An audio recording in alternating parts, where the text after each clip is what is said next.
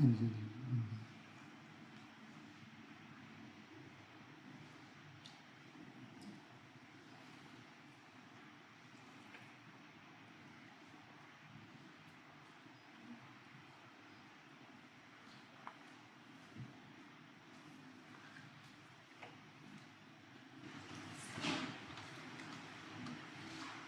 what brings you here?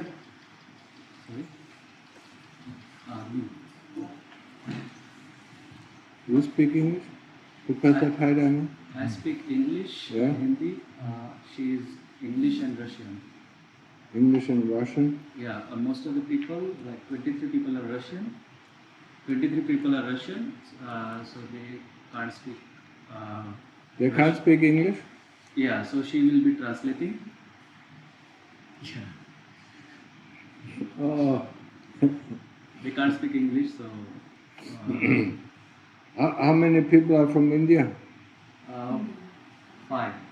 5. 4 ladies, me, and 6. And what is the mixture about? I mean, how? In 2019, I wanted to be a monk, so I traveled Thailand. Yeah. Like Watian, Watmapjan, Yeah. Watmananachar, Lumpogana. Yeah. So I share and I organize pilgrimage in India for Buddha places. Yeah. For Vipassana meditator in Goenka tradition. Yeah. So one time I share my experience with them, so they were very enthusiastic to know about the Thai forest tradition, the monks, and they want to pay respect to the Sangha.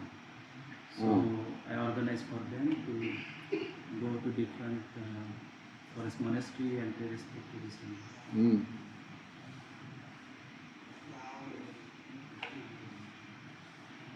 What part of Russia are the people from? From different parts. From different parts? From big cities like Moscow, St. Petersburg, different parts. Yeah. And they're interested in Buddhism or what? Yeah, we are all practitioners of Goenka Vipassana meditation. We have just finished 10-day course in Dhamma Center. Where in? Dhamma is in Prachinburi. Prachinburi, near to Bangkok. 2 hours from Bangkok. What do you want to know? Huh? Maybe you could share with us some words about Dhamma, and then if you allow, we can ask some questions. Yeah, sure. Yeah, leave it, leave it to later, yeah. So the people from India, where the northern part of India or southern part of India? Center of India, Nagpur. Nagpur. Yeah. I heard of it. So mostly my mother and and neighbor. You have so many mothers? No, only one mother. Only Hatwarkar. Is my mother and they are neighbors. They are neighbors, huh? So do they speak English or what? Or you have to translate? I will translate them later. You translate in Hindi, she translates into Russian, yeah? I mean, boy, this is a mess, yeah? And he doesn't understand anything. You understand? I will translate them in a hotel. I will record the conversation. Only she will be translating. What language does he understand? He understands, I think, little bit Thai and Hindi. Does he understand Hindi or? Hindi and Marathi. So, the thing is, you know, I mean, when we are in the Dhamma, when we want to know about the Buddhist Buddhist way, you know, what is important in our life? So are you going to translate, you know, directly or? Yeah, maybe you make some pauses, like after 3 sentences I will translate part by part. Yeah, so you can translate the question. So what is important in your life? Что для нас самое важное в нашей жизни? We should ask ourselves, we are born, yeah? How many years does it take, you know, to educate this body, to train this body, yeah? To learn it to walk, to learn it to talk, to learn it to read, write, and think, yeah, before we can actually use this body. Yeah? Мы должны осознавать, сколько времени у нас уходит хотя бы на то, чтобы овладеть нашим телом, научиться ходить, научиться говорить, научиться кушать, обучиться. Сколько времени, сколько лет мы потратим только до того момента, когда мы вступим в полное владение своим телом. And then, yeah, I mean, once you train this body, you know, with the age of 18, then you start to work, yeah? And then you work until you're 60 or 65, yeah? And then the body doesn't have any more strength, and then you wait for death to come.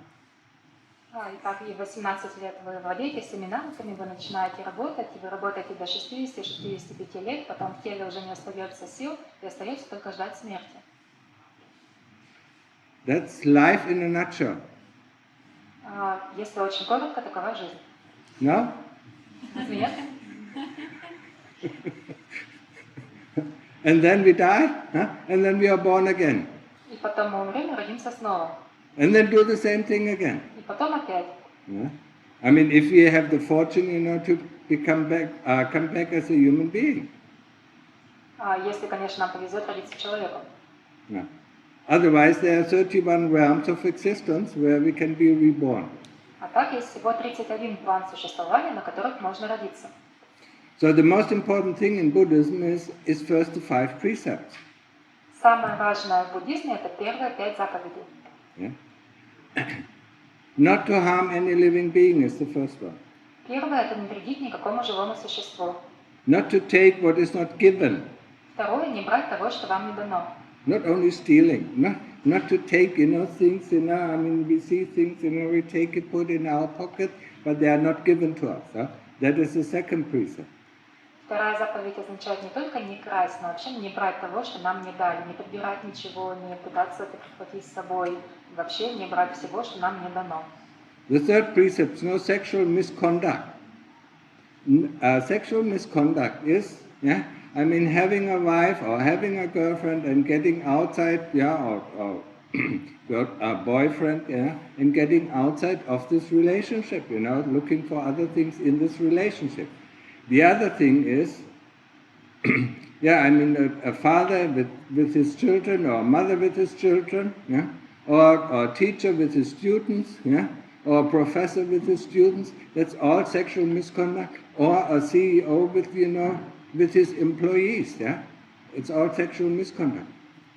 Третья заповедь – это не нарушать отсутствие неправильного сексуального поведения. Оно может выражаться в разных видах. Например, это если вы в браке или у вас есть друг или подруга, и вы изменяете, вы ищете удовольствие на стороне. Или если это отец ищет отношения со своими детьми, или мать со своими детьми, или учитель и ученица, или учительница и ученик, или босс и его подчиненные. Это все неправильные виды сексуального поведения. The fourth precept is not to lie, not to use harsh speech or speech, you know, that hurts other people. Четвертая заповедь – это не лгать, не использовать грубых слов и не использовать тех слов, которые могут ранить других. Is the translation correct?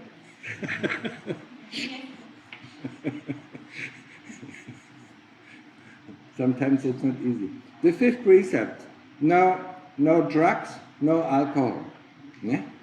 And any kind of things that make us intoxicant. Yeah? And nowadays that includes the smartphone. Пятая заповедь – это отсутствие интоксикантов, отсутствие опьяняющих веществ, то есть никакого алкоголя, никаких наркотиков. Сегодня можем добавить также смартфон. Yeah, no, the smartphone, you know, is not actually, you know, in the fifth precept, yeah, but it is, you know, something, you know, that we are attached to, you know, that we cannot let go of, and that hides, you know, hides the dukkha in our life. Ну, на самом деле смартфонов нет в пятой заповеди, но тем не менее мы испытываем к ним очень сильную привязанность. Это увеличивает количество дукхи, количество страданий в наших жизнях. Yeah. You don't go to hell if you use a smartphone. Don't go. To hell. Как будто вы не отправитесь в ад, если вы умеете пользоваться смартфоном. But you go to hell if you use drugs or alcohol. Но если вы используете алкоголь или наркотики, тогда вы можете попасть из-за этого в ад. So the important thing about the 5 precepts, yeah? I mean, the Lord Buddha gave us the 5 precepts, and he said, whoever, yeah? I mean, whoever keeps the 5 precepts has the right to come back as a human being. Причина, по которой Будда дал 5 заповедей, он объяснил так, что те, кто хорошо соблюдает 5 заповедей, у них будет право вернуться назад в человеческое тело, снова родиться человеком. And if we don't keep the 5 precepts, we have to go to the lower realms. Если вы не можете соблюдать 5 заповедей, то отправитесь в нижние миры. For instance, if we kill too many animals, I mean, we have to go and be reborn as an animal. Например, можно родиться в мире животных, если сознание было на уровне животного. If we kill people, we go to hell. If we have sexual misconduct, we go definitely to hell. Если человек убивает людей, он точно отправляется в ад. Если человек нарушает сексуальное поведение, тоже отправляется в ад совершенно точно. And the other things, I mean, if it is light or if it is more serious, the second precept, and the fourth precept, if it is not so serious, we can experience it in the human realm, but, sometimes we, if we lie, to deceive people, then we also need to go to hell. Что касается второй и четвертой заповеди, здесь последствия зависят от тяжести нарушения, но иногда, если мы лжем, чтобы обманывать других, мы тоже можем отправиться в ад. Если это не такие сильные нарушения, то можно испытать последствия, оставшись в человеческом теле. It is very, very important for us, as Buddhists, I mean, some of you probably are, come from a Christian background, I mean, there are the 10 Commandments, I mean, in the 10 Commandments, pretty much, everything is covered, but no alcohol and drugs are not covered, So, I mean, these things are preventing us to go down, and nobody wants to go down into hell, Hell is just like prison, If you steal, and you're caught, you go to prison. If the stealing, is very severe, you go to prison for a long time. If it is very light, you just go to prison for half a year. And the same thing is with hell. You go to hell, maybe for a week, or maybe for a month, or for 10 years, or 100 years, or 1,000 years, or 100,000 of years. И получается, что ад – это как тюрьма. То есть, если мы совершаем нарушения, в зависимости от тяжести проступка, мы можем провести там разное время. Если вы, допустим, украли что-то небольшое, может на полгода, а может быть на год, а может быть на несколько лет, а может быть на тысячи или даже десятки тысяч лет можно угодить в ад. So please don't underestimate these 5 precepts, and from now on, whatever we've done in the past, we cannot correct. From now on, keep them. It's not so difficult. It doesn't forbid you to travel, It doesn't forbid you, to eat cake or ice cream, Поэтому то, что сделано, мы уже исправить не можем. Но с этого момента постарайтесь все соблюдать 5 заповедей. Это очень-очень важно. Это ведь вам не мешает жить, радоваться жизни, покупать себе мороженое или кока-колу. I mean, you just went to a Goenka retreat, so you had to keep at least 5 precepts, or probably 8 precepts. I don't know. That is reglementary. 5 precepts for the new student, 8 precepts for the old. And he has to keep 227. If he doesn't keep 227 precepts, he goes down to hell as well. Он говорит, что мы только что закончили ретрит по Гоэнке, и там как минимум 5 заповедей мы соблюдаем все, 5 заповедей нового студента, 8 заповедей старого студента. Насчет нашего брата он сказал, что он должен соблюдать 227 заповедей, если он будет их нарушать, тоже попадет в ад. I mean, the Michis keep the 8 precepts, I mean, we as monks keep the 227 precepts, and when we don't keep them, we just go, just like the lay people, to hell, So, and my own master, I mean, Lungta Mahaboa, when he went down and visited hell, he said, it is full of these kind of roads. So many monks go to hell, because they don't keep them. Он говорит, что мэйчи, это вот женщины, которые стараются быть как монахини, они соблюдают 8 заповедей, а монахи в Таиланде соблюдают 227 заповедей. Если они нарушат их, они также отправятся в ад, как и миряне. Его учитель Лангта Махабуа посещал ад, и он сказал, что в аду очень много людей в одежде вот такого цвета. Yeah, I mean, monks are people. Monks are people. Монахи тоже люди. Yeah. They have desires, just like you have desires, yeah? And if they can't keep the desires in check, I mean, yeah, and, go against the precept, they go to hell. Yeah. У монахов также есть желания. Если они не могут сдержать их в узде, если они нарушают предписания, они также могут оказаться в аду. And you notice from your Goenka retreat, 10 days, was 10 days, or? Yeah? Yeah? I mean, how difficult it is, to keep the mind, inside, yeah? Yeah? And you do that for a lifetime, or you do it for 10 years or 15 years, and the desires are creeping up, yeah? Yeah? So you have to find a way, how to keep it in balance, yeah? И вы знаете по своему опыту ретрита по Гойнке 10-дневного, как сложно держать ум в балансе, как сложно держать его в покое. Он постоянно пытается высунуться, постоянно возникают разные желания. Мы можем работать 10-15 лет всю жизнь, все равно это сложно. Но нужно учиться владеть своим умом, держать его сбалансированным. So, Buddhism, has 4 noble truths. The first noble truth is dukkha. Что касается 4 благородных истин. Первая благородная истина – это страдание существует. A lot of people in the West translate dukkha as suffering. That's not true. Dukkha starts, with our restlessness, discontent, dis-ease, pain, suffering. Yeah? That is dukkha. Dukkha is just a container for all these unpleasant things that make us do something, make us avoid dukkha. На Западе очень часто слово «дукха» переводят как «страдание», но только один из его компонентов. Дукха – это не только страдание, дукха – это также беспокойство, это нервозность, это наше недовольство, это постоянные попытки что-то поправить, это все включается в термин дукха. It is very important, to understand the first noble truth of dukkha. Yeah? So if you mistranslate it or if it gets mistranslated, you don't understand it, and a lot of people say, I don't have dukkha. Очень важно понимать весь спектр понятия дукха, потому что если люди его не понимают, если думают, что дукха просто страдание, они говорят, у меня нет никакой дукхи. So, you wake up in the morning, yeah, and you have to go to work or you have to do something, but you don't want to get up. That is the first stage of dukkha. Например, утром вы просыпаетесь, вам надо идти на работу, или еще по каким-то делам вы совершенно не хотите вставать, это уже первая стадия дукхи. You get hungry, it's dukkha.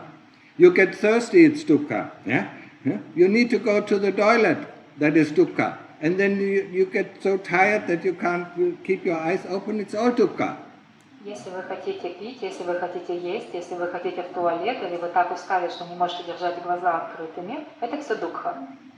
And that is just the dukkha of the body. И вообще дукха неотъемлемо присуща всему телу. Yeah. Now the dukkha of the heart is much stronger. Yeah? We want this, yeah, and we don't get it. We want to avoid this, yeah, and this, all the things, we are not satisfied with this. We are not satisfied. We want this. We don't want this. That is the cause of our dukkha. Мы поговорили о духе, связанной с телом, а духа, связанная с сердцем, намного сильнее. Это постоянное влечение к каким-то вещам, попытка оттолкнуть другие вещи и ситуации. Это попытка достичь удовлетворенности, никогда вечная неудовлетворенность. И все эти желания, погоня за ними, это все духа, связанное с сердцем. And in Pali it's called tanha, we can translate it as desire, yeah? And every action, of you, no matter if you move your hand or if you move your leg or you move a position, it's the desire to avoid something, it is tanha, it's a desire that causes dukkha. На Пали это термин танха. Танха мы переводим как влечение или желание. Она проявляется на самых разных уровнях. Даже когда мы спокойно сидим и внезапно начинаем менять позу, поворачиваем плечо или ногу, это всегда попытка избежать какой-то неудовлетворенности, какого-то страдания. Это все дукха. And that was the reason for me to say that the smartphone, don't let us see the dukkha. Because the moment we feel uncomfortable, we look at it, yeah? И смартфон, вот как я сказала, смартфон это то, что помогает нам избежать осознания дукхи, потому что как только нам становится некомфортно, мы сразу утыкаемся в смартфон. We always try to avoid dukkha. Yeah? For the bodily dukkha, we have a way, to avoid it. So when we are hungry, we eat. When we are tired, we sleep. Yeah? And when we need, when we are full and need to go to the toilet, we go to the toilet. That is relieving of dukkha, of bodily dukkha. But with the relief of the dukkha of the heart, it is much more difficult. Если у нас дух, связанный с телом, мы можем найти какое-то временное избавление. Например, если мы хотим есть, мы пойдем поедим, если мы хотим пить, мы попьем, мы пойдем в туалет, мы ляжем спать. Но что касается духи, связанной с сердцем, то удовлетворить ее намного сложнее. So remember this very well, I mean, remember the first truth, there is dukkha, yeah? If you don't understand dukkha, there is no motivation, for us to get out, yeah? Out of dukkha, yeah? Because the third noble truth is there is an end to dukkha. И поэтому очень важно понять, что такое дуkkha, понять дукху, первую благородную истину, иначе у нас не будет мотивации двигаться дальше. Потому что третья благородная истина говорит нам, что страданию дукхи можно положить конец. And the fourth noble truth is the path that leads to the end of dukkha. А четвертая благородная истина – это путь, который ведет к окончанию дукхи. And it is sila, samadhi, panya. И это шила, самадхи и панья. Sila is the 5 precepts that I taught you before. Шила – это 5 предписаний, о которых мы уже говорили. Samadhi is that what you hopefully learned, in the last 10 days. Самадхи, надеюсь, вы овладели им на своем последнем ретрите. Samadhi has two aspects. Samadhi is the ability to stay at, when you use the breath around the tip of the nose, stay at the breath, and whenever a thought comes in and whenever a memory comes in, you return back to the breath. Or, you can use the mental repetition of the word Buddha or Dhamma or Sangha, constantly repeating. The moment the mind goes out, you come back. That is the training of Samadhi, the first stage. Тренировка самадхи на первом этапе может осуществляться двух видов. Это либо как мы работаем, то есть мы концентрируем внимание на точке под носом. Если у нас внимание отвлекается на мысли, то мы возвращаем. В их традиции также они используют мантру, например, Будда, Будда, Будда, повторяют мантру. Если ум отвлекается, также они возвращают его к мантре. And you have experienced how difficult it is. У вас есть опыт, вы знаете, насколько это сложно. The mind always goes out. So, just you have to understand, training of samadhi is like training to walk or training to talk. We get up, we fall over, we get up, we fall over, we get up, we fall over. Until we can, And how long does it take us? 1 year of 24 hours of training or 12 hours of training. И можно сравнить обучение самадхи с обучением ходить. Когда мы встаем, и мы снова падаем, и мы снова встаем, и снова падаем. И сколько у нас времени уйдет, пока мы не научимся ходить? Целый год. И работа по 24 часа, но я по 12 часов в день, чтобы просто научиться ходить. Remember, go back in time, and remember how you learned to walk, or how you learned to talk, you couldn't talk, from the moment you were born, and it took you a long time, to learn to walk, at least a year, Only once you could walk, you could start to run, and even that didn't work, sometimes out. Можете вернуться назад и вспомните, как вы учились ходить. Сколько времени это заняло, как вы учились говорить. Ведь вы, когда родились, вы не умели говорить. А когда вы научились ходить, после этого вы могли уже и бегать. People always think, training samadhi is easy, No, compare it, with learning to walk, constant training. Whenever you don't have anything to do, bring the mind back to the Buddha or bring the mind back to the breath. Некоторые люди говорят, что развить самадхи очень просто, но это не так. Мы должны прикладывать постоянные, непрерывные усилия. Когда у нас нет каких-то дел, каких-то обязанностей, нужно возвращать ум к повторению мантры или концентрации на дыхании. And remember one thing, we like to go in the past or we like to go in the future. Remember one thing, the past, whatever we have done in the past, we cannot change anymore. Whatever we dream about in the future, normally in 99% of the cases it doesn't even appear. So it's useless.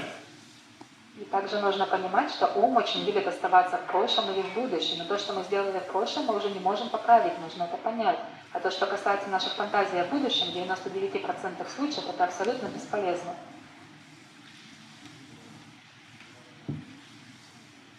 So the second part of the training of samadhi, of the Eightfold Path, sometimes it's called the Eightfold Path, but in our tradition we normally, refer to as Sila, Samadhi, Panya.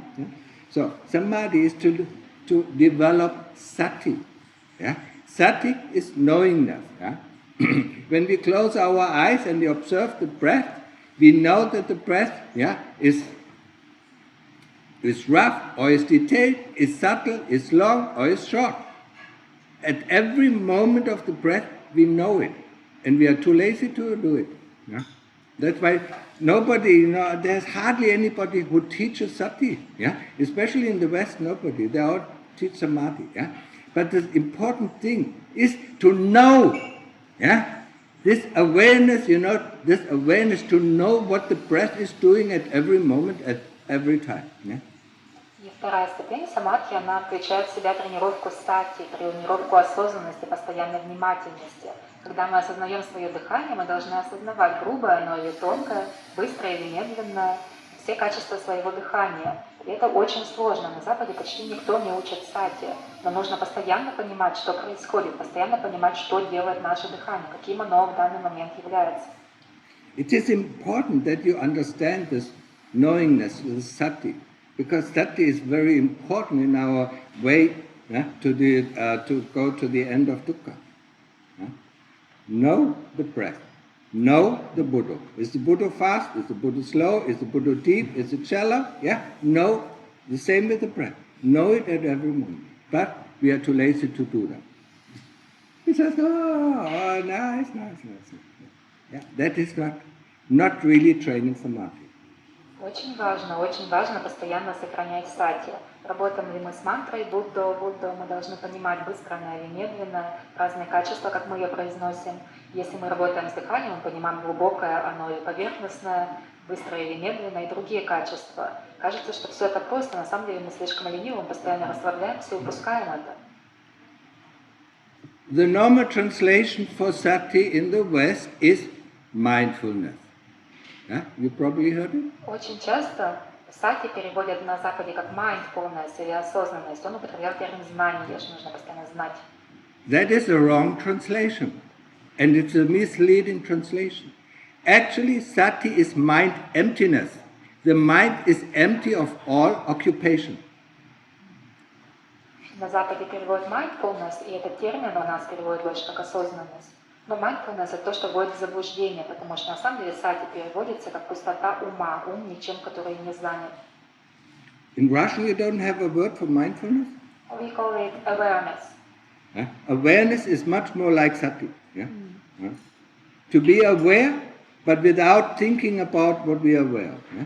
Sati is, when we look out, when we go into the forest and look at animals, to know, and we see these animals, and we see and we know what they are doing, but we don't think about it. We don't have to think about it. This is the awareness, and the same thing is, the important thing is, to use this or develop this awareness of the breath or develop this awareness of the Buddha. Not just staying with the nice feelings that come up, when the mind gets a little bit calm, and then goes to sleep. Это осознанность. Осознанность гораздо лучше перевод, он говорит. Осознанность, как, например, мы идем в лес, мы видим животное, осознанность без мысли. То есть мы смотрим на животное, мы можем распознать какой-то вид животного, не вовлекаясь ни в какой мыслительный процесс. И также осознанность — это все, что происходит, допустим, с нашим дыханием или с нашей мантрой Будда, когда мы ее повторяем во всех аспектах. Okay, it's important that you understand, what is sati. Очень важно, чтобы вы понимали, что такое сати. Sati, because there are only two weapons how we can defeat the kilesas, and that is called sati, panya. Panya is wisdom. Panya is not just looking at anicca, anatta, dukkha. Panya is investigation. Investigation means we have to formulate questions, and we have to wait for the answers to come from the chitta. I mean, what is the body? It is born, it gets older, it gets sick, and then it dies. I mean, we have to ask this question. Show me, show me the process, of dying, or show me the inside. Show me, when I remove my skin, how's the body look like? Nobody, if you have a girlfriend or boyfriend, or if you're married, you don't want to look at your partner without a skin. You don't want to hug it. That is called investigation. Нужно хорошо понимать, что такое сати, потому что у нас есть всего два оружия, которыми мы можем справиться со своими клешами. Это сати и это панья. А панья — это не просто знание о том, что есть аничча, анатта и дукха, это исследование. То есть, когда мы умеем формулировать вопросы и ждем, когда из нашей читты, из нашего глубинного сознания придет ответ. И мы должны уметь задавать такие вопросы. Например, что такое мое тело? Что с ним будет, когда я буду стареть, когда я буду умирать? Покажи мне это, покажи весь процесс. Что будет с телом снять кожу? Как можно его наблюдать? Если у нас есть друг или подруга, мы не захотим смотреть на них, если у них не будет кожи. Но важно задавать такие вопросы. И важно смотреть на тело таким образом. Yeah, next time see your partner without skin, yeah. В следующий раз попробуйте представить своего партнера без кожи. You don't want to hug him. И вам не захочется его обнять. Huh? But that is the true nature of our body. Но это истинная природа нашего тела. That what we adhere to, that we love to, you know, our own body and the bodies of others, yeah. But it is, you know, separated by a thin skin, yeah. When we remove the skin, you know, we see the disgusting nature of this body, yeah. Это наше тело, которое мы так любим, и чужое тело, которое тоже мы так ценим, но на самом деле от его истинной природы отделяет только маленькая поверхность кожи. Если ее убрать, то мы увидим всю истинную отвратительную природу нашего тела. Yeah, we love to see, you know, we love to eat, you know, but we don't like to see what is coming out of the body. Huh? We don't like to see our shit, we don't hand it, you know, and say, oh, this is so lovely, it smells so good, yeah?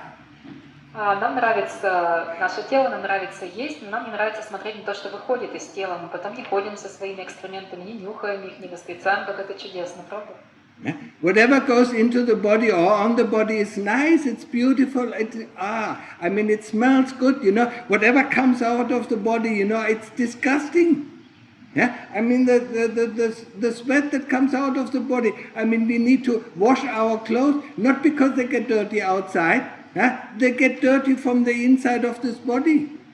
А то, что входит в тело, красиво, то, что выходит из тела, очень уродливо. И также, допустим, пот. Нам постоянно нужно стирать одежду не потому, что мы пачкаемся обо что-то извне, а потому что это выходит из нашего тела. Пот, он пачкает нашу одежду. And the Indians should listen very well. Индийцы очень хорошо это понимают. Yeah. Oh, they're so about the body, everything about the movement of the body, you know, but they don't see. Why do we take a shower? Because we can't stand the smell of this body. Yeah? Why do we brush our teeth, you know, and all these things, yeah? We constantly get rid of the dirty that comes outside of this, from inside of this body.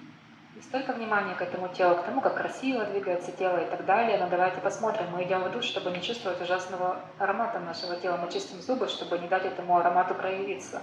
И такова природа нашего тела, истинная природа. Looking at this is called investigation. Смотреть на это означает заниматься самоисследованием. Not just looking at, feelings arise, feelings cease, you know. I mean, you can look. I know what Goenka is teaching. He teaches, you know, I mean, looking at the feelings, you know, how they arise, cease, thoughts arise, cease. You can look until the end of your life and nothing will change. Поэтому нужно не только наблюдать возникновение, исчезновение, ощущения. Я знаю, что Гоенка говорит. Нужно наблюдать также свое тело. Если вы наблюдаете только, как ощущения возникают и исчезают, вы можете до конца жизни их наблюдать, и ничего на самом деле не изменится. It's like a tree, you know, you can look at the tree, you know, it changes its colors, you know, it falls off its leaves and it gets new leaves, yeah? Unless you uproot the tree, I mean, the tree will still grow, yeah? And so is it, you know, with these things, with the thoughts, with the feelings, with the memories, you know, they will come back and we can watch and watch and watch forever and nothing will change. We have to uproot them. Where are they coming from? Это как будто мы смотрели бы на дерево, как оно меняет листву, как оно становится желтое, красное, опадает, потом появляется снова. Можем так смотреть очень долгое время. То же самое касается нашего восприятия, нашей саньи, нашей памяти, наших ощущений. Это все возникает, исчезает. Но мы должны научиться не только смотреть на это, мы должны научиться, как выкорчевать это, увидеть, откуда это все приходит, а не просто смотреть, как оно меняется. The way out, remember it, Sila, Samadhi, Panya. And Panya needs to be developed by asking the question. For instance, you know, when you sit in Samadhi for an hour, you know, and there's pain coming in. What is pain? You ask, what is pain? Yeah? No, you don't want pain, you don't want to see it, you don't want to understand it, you want to get rid of it. No, that is not investigation. Investigation is asking, what is pain? How does it feel like? Мы должны понимать, что ведет нас к избавлению от страдания. Это шила, самадхи и панья. Панья, повторяем, это способность задать правильные вопросы. Например, вы сидите, развиваете самадхи, у вас возникает боль в ноге, и нужно спросить, а что такое боль? А не пытаться на нее реагировать или от нее избавиться. Увидеть, что такое боль на самом деле. Задаться этим вопросом и рассмотреть. So, when you do samadhi, you only do samadhi, you don't do investigation. So you stay with the breath, or you stay with the Buddha until the pain is so strong that you cannot stay with the Buddha or breath anymore. And then you do investigation of pain. Допустим, когда вы работаете над самадхи, то есть над концентрацией дыхания или над мантрой Будда, вы остаетесь с этим объектом, пока боль не становится слишком невыносимой. И после этого вы можете переключить внимание и рассмотреть боль, рассмотреть, что это такое, задаться вопросом, что такое боль. The first thing you do is, I want to feel, how does it feel pain? How does pain feel? You accept it, not push it away. You accept pain. И самое первое, что нужно сделать, это принять боль, а не пытаться ее оттолкнуть, избавиться от нее. Then you can ask, is the pain anicca, anatta? You can use these principles, anicca, anatta, or dukkha. And you can see the pain is sometimes stronger, sometimes weaker. Okay, it's anicca. Dukkha, of course, it's dukkha. And anatta, there is somebody who knows there is pain. И мы можем рассматривать боль с позиции аничча, анатты и дукхи, можем приложить эти концепции. То, что дукха – это боль, это понятно. То, что это аничча, мы можем смотреть, что боль становится сильнее или становится слабее, значит, она меняется. А анатта – это означает, что мы ищем того, кто смотрит на боль, кто осознает, что есть боль. Look at your neighbor, and you know it's not you. Вы смотрите на соседа и понимаете, что это не вы. Look at your hand. Who sees the hand? Вы смотрите на свою ладонь, а кто на нее смотрит? Why do you call it you? Почему мы называем это я? I mean, the hand of your neighbor is just the same. Ведь рука у соседа точно такая же. Who knows that there is a thought? Who knows that there is a feeling? Who knows, that there is body? Who knows these five khandhas? Кто знает, что есть мысль, кто осознает, что есть ощущения, кто осознает, что есть тело, кто вообще осознает все 5 кханд? Who knows these things? Кто их осознает? That is called sati, this awareness. Это осознанность сати. Sati knows there's a feeling. Sati knows there's a thought. Sati knows that there's a memory coming up. Or sati, when you're very good, sati knows consciousness arises and consciousness ceases. И сати осознает, когда возникает, исчезает ощущение, или память, или наши мысли. И если у вас очень хорошо развита сати, вы можете увидеть, как возникает и исчезает сознание. Very, very important principle. Anatta. It's not me, it's not mine, it's not myself, it doesn't belong to me. Whatever I can see, whatever I can perceive, cannot be me because there is somebody who perceives it. I call it subject-object. The subject cannot be the object, И очень важно понимать принцип анатты, то, что нет никакого «я», нет никакого «моё», нет ничего, что можно назвать «моим». И это очень легко увидеть. Когда мы воспринимаем, допустим, тело как себя, мы можем найти вот это сати, которое осознает, что есть тело, означает, что это отношение объекта и субъекта. Мы не можем быть и тем, и другим. То есть есть что-то, что осознает то, чем нам, как нам кажется, мы являемся. So, okay, when we do the investigation of pain, we first accept it, then we look at anicca, anatta, dukkha, and then we look where exactly is the pain. Is it in the skin? Is it in the bones? Is it in the flesh? Is it in the muscles? Or is it in the tendons? And you ask, you look where exactly is this pain.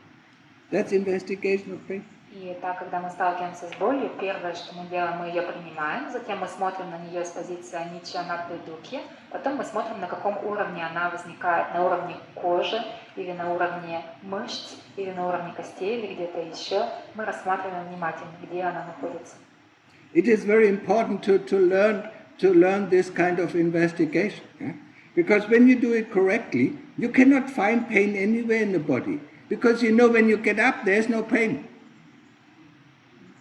И очень важно правильно проводить такое исследование. Если мы ищем боль вот так вот, на самом деле мы нигде ее не находим.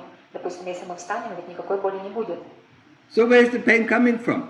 So when you do the investigation, you get to it, then suddenly it jumps to another place. And then it jumps to another place. And then it jumps to another place. Yeah? You do it at each place, you go to this place, do the same kind of investigation until it shows you where it actually comes from. And then you have understood what is pain.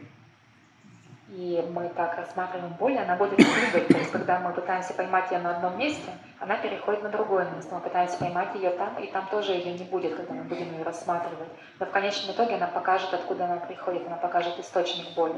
И это будет уже очень важная реализация. It is important to learn this kind of investigation, because this kind of investigation you can use with any kind of feelings that appear. Очень важно владеть таким методом исследования, потому что его можно применять, какие бы чувства и ощущения у вас не возникали. Especially if hate comes up or if greed comes up, you feel it, you look at it, and then you investigate. What came before? You retract. What came before? This feeling of hate? Was it a thought? Was it a memory? What came before this memory? Was it a thought? Was it a memory? Was it a feeling? And so on, until you find the point, I mean, some of the Russians know what an avalanche is, I mean, you put a stone and it rolls down, and with each movement, it gets more and more snow on it until it, overwhelms you. And that is what we call an emotion.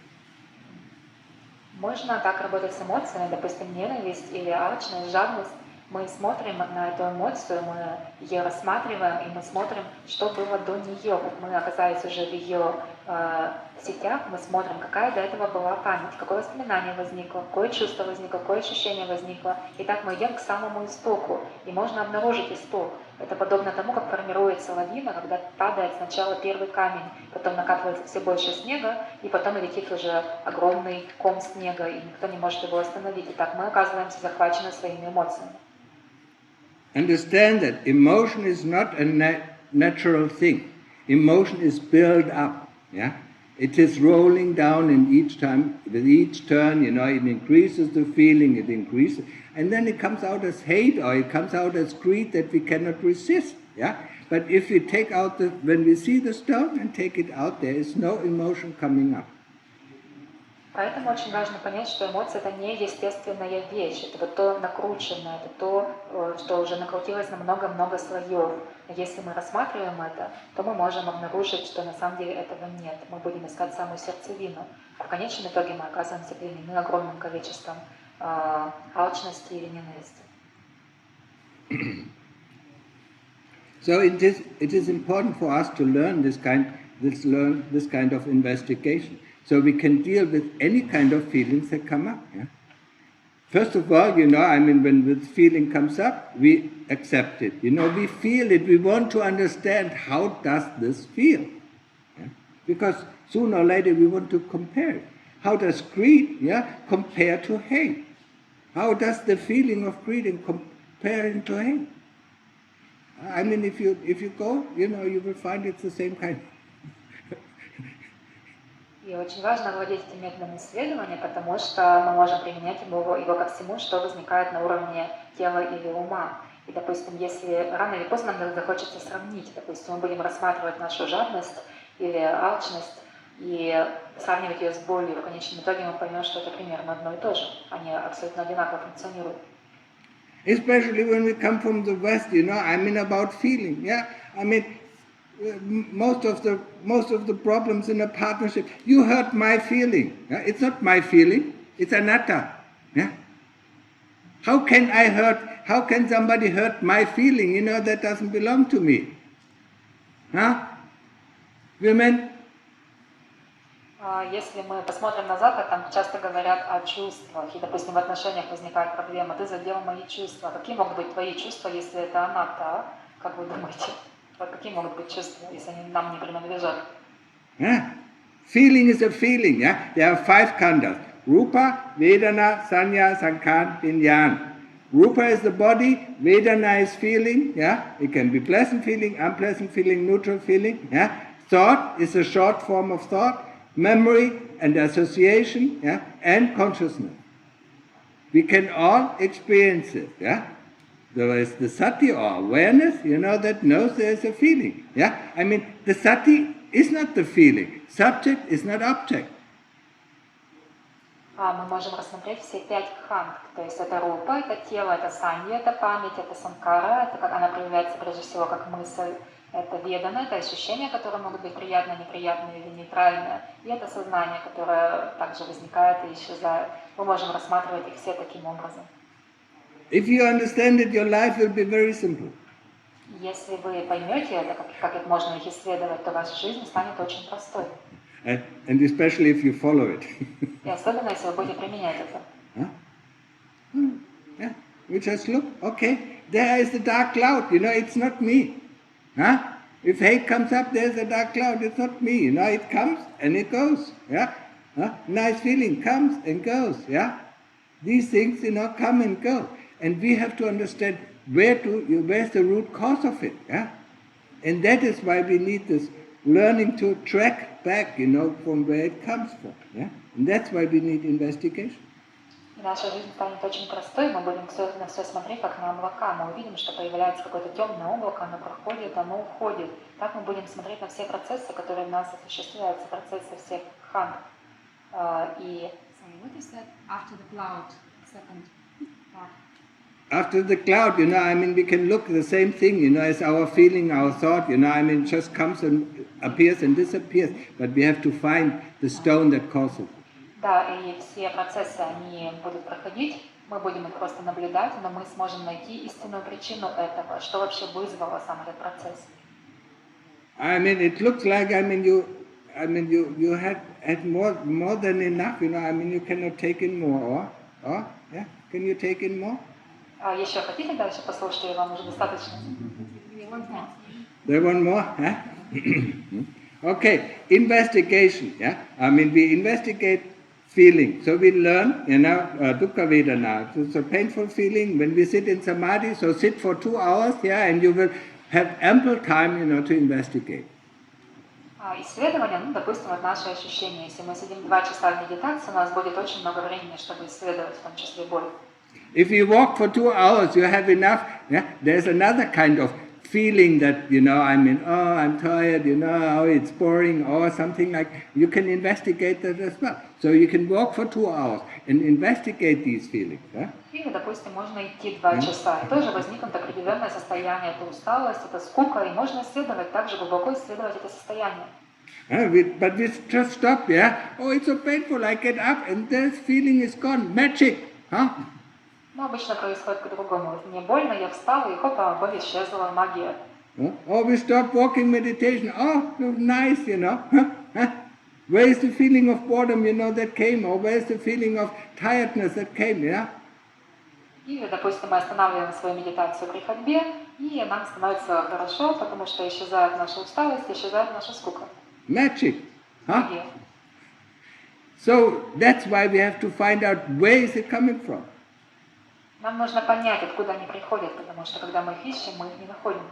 The important thing, is investigation of the body. Yeah, to find, why are we so attached with the body?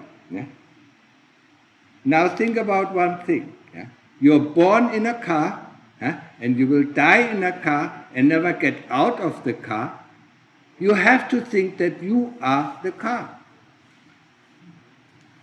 И очень важно осознавать свое тело, проводить внимательное исследование тела. Можно сравнить нашу жизнь с такой метафорой, что мы рождаемся в машине, мы проводим всю жизнь в машине, умираем, не выходя из машины, и поэтому мы думаем, что мы это и есть машина. We are born in the body, we die in the body, and we think we are the body. Мы рождаемся в теле, умираем в теле, и поэтому мы думаем, что мы и есть тело. That is what we have to study. What did the Lord Buddha say? He knocked on the car and said, "Get out! Look at the car and the driver is very different." И что Будда сделал? Он постучался и сказал: вылезайте из этой машины, эта машина, это водитель, совершенно разные вещи. Of course, there were no cars at the Buddha's time. So he said, "Get out of the body and look at the body." Ну, конечно, во времена Будды автомобилей не было, поэтому он сказал: выбирайтесь из тела и посмотрите, что такое тело. It's the same principle. When you go into samadhi, and that's what you try to train, yeah? When you go into samadhi, yeah?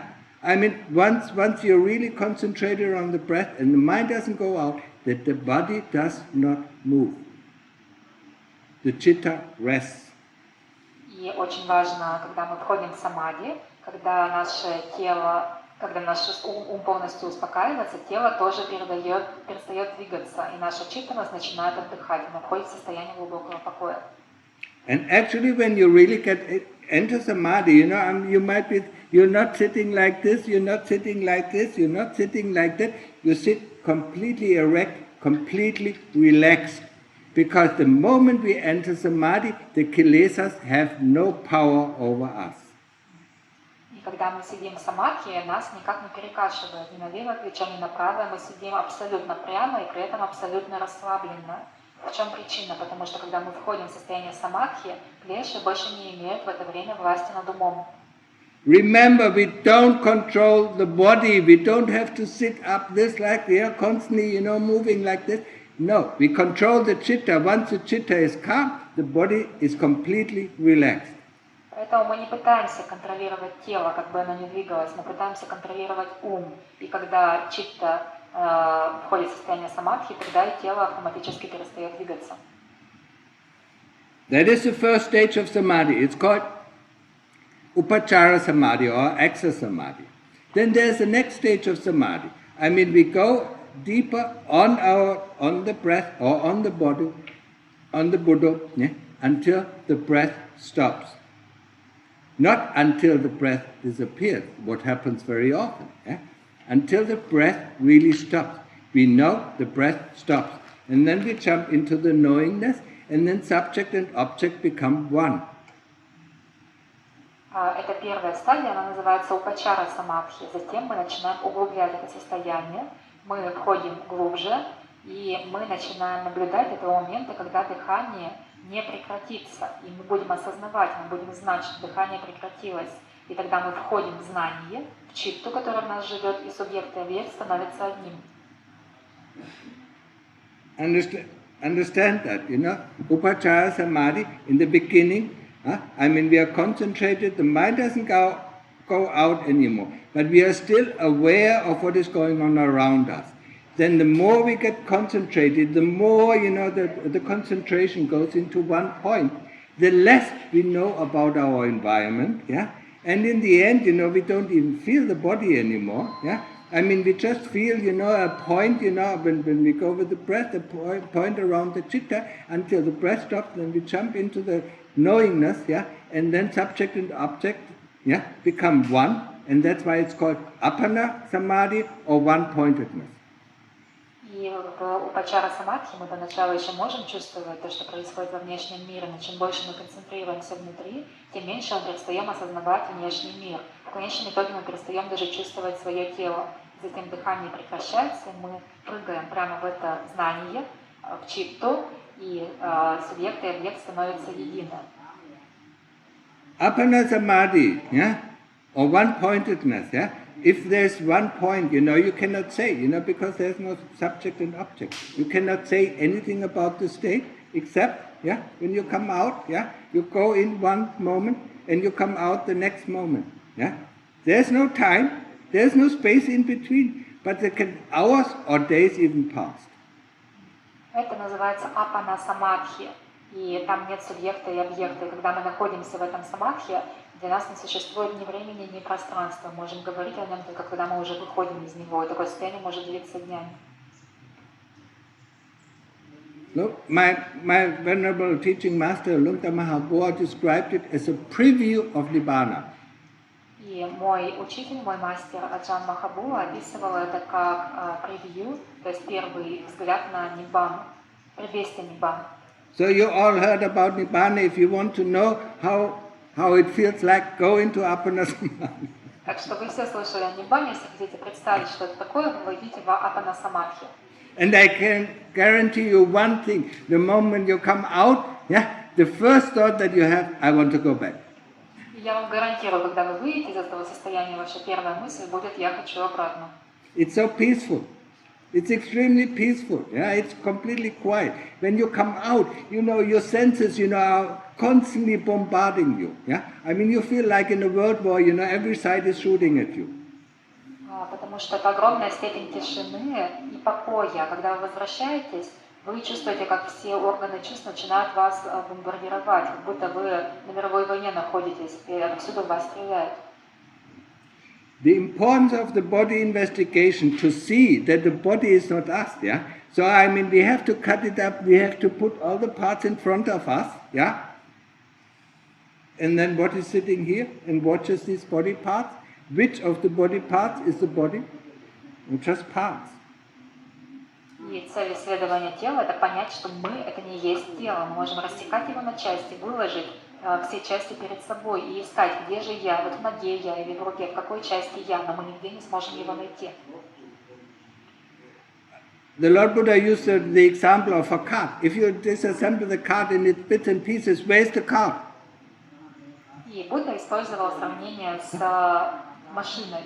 There are blanks, balls, things like that, but there's no card. So you assemble it back, there's the card. You assemble all the parts of the body, put it back, and there is I. С повозки, точнее. Он разделял на части, он предлагал посмотреть на части повозки, и нигде нельзя было найти саму повозку. И только когда мы сложим все части воедино, мы можем сказать, что повозка. Тогда к ней начинает прикрепляться чувство «я». If you do this, if you do this deeply enough, if you really see all the body parts or the whole body in front of you, and you see, there's a difference between the body and the chitta, I mean, if it's deep enough, then you can cut the attachment to the body. It is very important, because it's the third fetter, that binds us to the realm of birth and death. И если вы глубоко занимаетесь этой практикой, если вы действительно перед собой можете вообразить все части своего тела, у вас будет рассекаться связь между телом и умом. В конечном итоге будет отсекаться привязанность к телу. А это огромные узы. Это одни из самых сильных уз, которые приковывают нас к рождению и смерти. The first fetter is the fetter of doubt. What does it mean, doubt?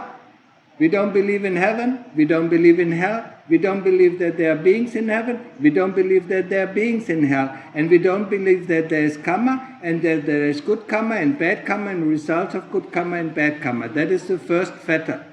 Если мы говорим об оковах, то первый вид оков – это неверие в ад и рай, что есть существа в аду или в раю, что существует карма, и что есть последствия хорошей кармы и плохой кармы. Это первый вид оков.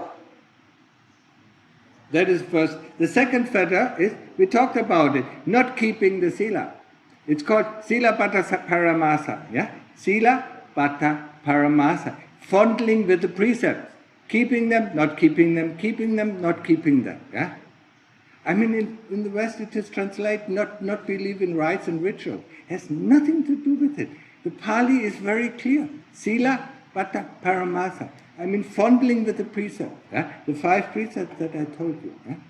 Keeping them, not keeping them, keeping them, not keeping them. Второй вид оков называется Шила Пата Paramasa. Шила Пата Парамаса. На Западе это часто переводят как привязанность к обрядам и ритуалам. На самом деле это не имеет никакого отношения к ним. Это имеет отношение к Шиле. Это когда вы то соблюдаете в заповеди, то не соблюдаете, снова соблюдаете и снова их бросаете. Это второй вид оков. In the West, they have lots of wrong translation that misleads us. That misleads us to understand the true Dhamma. I mean, if you understand it like that, I mean, where is the second fetter. There are 10 fetters that keep us to the realm of birth and death. На Западе очень много есть неправильных переводов, которые мешают нам понять истинную Дhammu. Если мы смотрим на это вот таким образом, то мы начинаем понимать и вот это второй вид оков, которые привязывают нас к существованию. Всего есть 10 видов оков, которые нас привязывают к рождению и смерти. And the first 3 fetters are important for us because it leads to stream entry. И первые 3 вида оков, они для нас очень важны, потому что когда мы их отбрасываем, мы становимся вошедшими в поток. So the fetter of doubt, the fetter of, not keeping the precept or keeping the precept, and the fetter of being attached, thinking that the body and the chitta are one and the same thing. То есть, чтобы стать вошедшим в поток, мы отбрасываем первые 3 вида оков. Это сомнение, это то соблюдение, то несоблюдение шилы, и это привязанность к своему телу, когда мы думаем, что читта и тело — это одно. That is more than enough for you to know for the moment. И, наверное, это вот более чем достаточно для вас, чтобы узнать его сейчас. So once we have cut these fetters, to a certain degree, then we enter into Appana Samadhi, or very similar to Appana Samadhi. It's called Magga. Maybe Hindis understand. Magga is the path moment. And then we cut the 3 fetters and we enter the stream, and then we are never born in the lower realm. And the promise is, that at most, we need 7 more lifetimes, to find Nibbana. Если мы до какой-то степени обслабим эти первые 3 вида оков, мы сможем войти в апана самадхи, или хотя бы в состояние магга, которое близко к нему, состояние пути.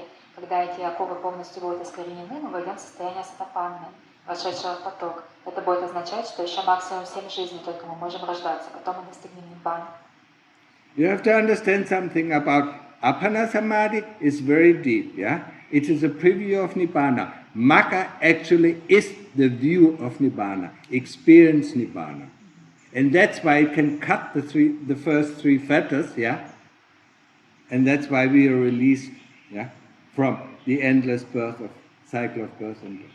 So Magga is the next step after... No, Magga is the path moment, You need to cut the fetters, you need to cut the fetters to a certain degree where they're very weak, and then you go into Magga, and this view or this experience of Nibbana, not the preview of Nibbana like in Appana Samadhi. It's different, That's, people have to understand that, And this experience of Nibbana cuts the 3 fetters forever. И поначалу мы ослабляем вот эти 3 вида оков, мы входим в апана самадхи, а потом в состоянии магга, это уже не предвестие ниббаны, это ниббана, как она есть. И когда мы впервые соприкасаемся с этим состоянием, они навсегда отрезают для нас первые 3 вида оков и помогают нам освободиться от уз рождения и смерти. Okay, so there's one last thing, that can make your life very easy. Remember one thing, whatever happens to you, no matter what, is it bad words, is it defamation, or if it is good things, like luck and having a lot of money, is the karma from previous life. И я еще скажу одну вещь напоследок. Что бы с вами ни происходило, может быть, что-то плохое, какие-то плохие слова вы услышали, что-то хорошее, у вас хорошее положение, много богатства. Понимаете, что это все карма из прошлых жизней. Karma is not instant karma like often. Karma comes from the past, from our previous lives, and what we do now, is going to be born in the next life most of the time. It will happen in the next life. So if you do good deeds and think, why are the people so unfriendly to us? It is because of our karma from our previous life. That's why we have, and probably also in Russian the saying, don't do unto others what you don't want others to do unto you, for whatever happens to you is what you have done unto others. We leave out the second part. We don't want to know that. You want to know? We don't want to know it. We only use the first phrase, the first part of that. Yes, of course, now you want to know it. И очень важно понимать, что бы с нами ни происходило, это плоды наших прошлых карм, из прошлых жизней. Карма обычно не работает мгновенно. Иногда мы можем задаться вопросом, я делаю столько добра, но почему ко мне люди так плохо относятся? А относятся они плохо, потому что вы что-то совершили в прошлой жизни. То, что вы делаете в этой жизни, закладывает основу для ваших будущих жизней. И... What are you missing? For whatever happens to us right now is the result, is what we have done unto others. И очень важно, то есть то, что мы сейчас переживаем, это то, что мы когда-то делали другим. Он сказал, что у них есть пословица, на русском языке, наверное, есть пословица: не делай другому того, чего не хочешь, чтобы делали тебе, потому что то, как поступают с нами, это то, как мы раньше поступили сами с другими. It has nothing to do with another person, it has nothing to do with our parents, it has nothing to do with our government, yeah? It is only born of our karma. И это не имеет никакого отношения к другому человеку, к нашим родителям или к государству. Это все просто последствия нашей собственной кармы. If a thief comes to our house, and robs us, it's because of our karma. If a thief, comes to our house, and cannot enter, it is because of our karma. Yeah? Если вор пришел в наш дом и ограбил его, это наша карма. Если он подошел к дому и подумал, что я не могу войти внутрь, это тоже наша карма. It's the same with, if somebody comes and wants to kill us or hurt us, yeah, it's because of our karma. If he cannot hurt us, it is because of our karma. If we get a sickness, it's because of our karma. I don't mean the normal code, yeah? A sickness, cancer or whatever it is, stroke or things like that. It is because of our karma, from our previous lives. И что бы с нами ни происходило, если кто-то нам вредит, если кто-то причиняет нам боль, это все наша карма. Если мы сильно болеем, допустим, у нас удар или у нас рак, это все тоже наша карма из прошлых жизней. Understand, karma, what we do right now, in India, we also sow rice, yeah? When we put the rice corn, into the earth, we have to wait 6 months, until it bears fruit. You do it with wheat, you have to put the seeds in, and then you have to wait until it ripens, yeah? That's why we always say, karma ripens, yeah? И мы понимаем, что карма сразу не созреет. То, что вы делаете сейчас, вы увидите результаты только через какое-то время. Индийцы хорошо меня поймут, когда мы сажаем рис, нужно подождать 6 месяцев, прежде чем он заколосится. Поэтому есть такое выражение: карма созрела. Another good thing, to remember is, when we come into this life, we don't take all of our karma. We take part of our karma. It's just like you go, from Russia, you go to Thailand to make a trip, you take a bag, you pack your bag, whatever you pack in the bag, is that what you use? Yeah? But on the way back, you put this thing and then this thing in, and then you come back to your house, you unpack it, and for the next trip you pack other things, yeah? Karma, yeah? И также важно понимать, что в этой жизни мы пользуемся не всей кармой, не всю карму переживаем, а только части ее. Как будто как мы поехали в путешествие. Вы собрались в Таиланд, из всех вещей, которые у вас были, вы собрали сумку и с ней приехали. Потом здесь понабрали еще каких-то вещей, с ними вернулись домой, все их там вывалили. У вас очень много вещей, когда вы поедете в следующую поездку, вы возьмете уже другие вещи. If you remember that, your life becomes very easy and very happy. Если вы будете помнить об этом, то ваша жизнь будет очень простой и очень счастливой.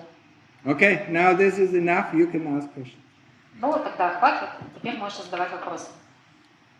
Как правильно понять вторую заповедь, не бери то, что тебе не дают? Если я собираю грибы в лесу, либо собираю яблоки со своего сада, где здесь грань и как правильно жить мне как мирянину? What is the best way to understand the second precept, not to take what is not given? For example, when he goes to the forest and he collects mushrooms, or he works in his orchard and he collects the apples that fall from the tree, where is the border of what is not given? If that orchard belongs to somebody, then it is not given. If the owner of the orchard gives you and said, okay, collect all the apples that have fallen down, then it is given. Yeah? If you collect mushrooms in the forest, it is given because there is no owner. Это очень просто. Если у какого-то места есть хозяин, допустим, у плодового дерева есть хозяин, если он вам не дал разрешение, то вы берете то, что не дано. Если дал разрешение, берете то, что дано. А грибы собирать можно, потому что хозяина нет у леса. Если есть хозяин, то это нарушение заповеди. Okay.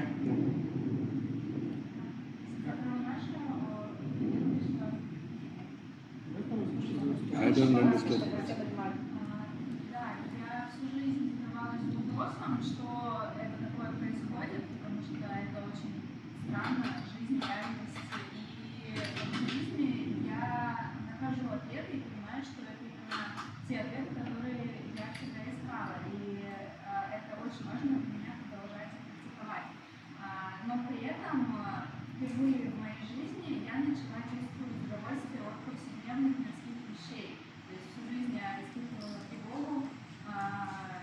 счастье духу. И сейчас впервые я получаю удовольствие от простых вещей, как сходить в ресторан, покупаться в море, сходить на массаж, посмотреть что-то, гулять. И у меня вопрос, как не сойти с пути, потому что я понимаю, что это очень опасная стадия, когда можно уйти вот в это мирское счастье и забыть про путь. For many years, she was very interested in Buddhism because since she was small, very reality seemed to her a bit weird. So she had lots of questions, and in Buddhism, she found lots of answers to these questions.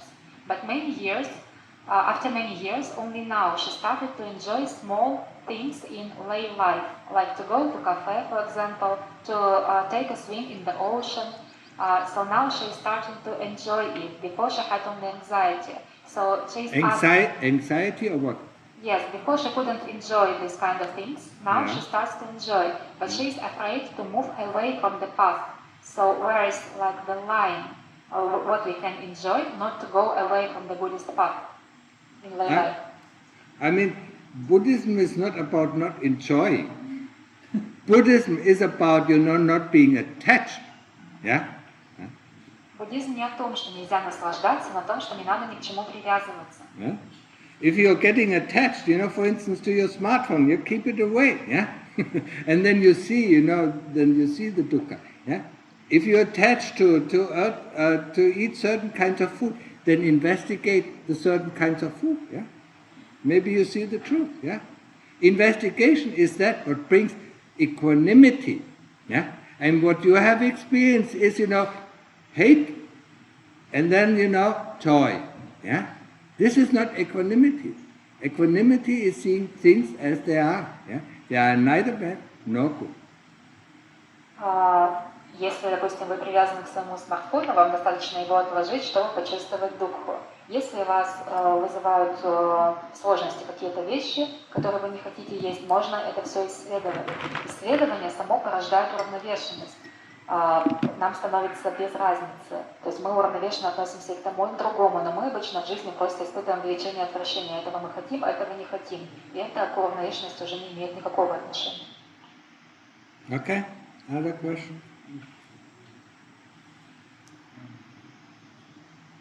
Можно ли как-то разрушить семена дурной кармы, посаженные в прошлом, конкретные семена?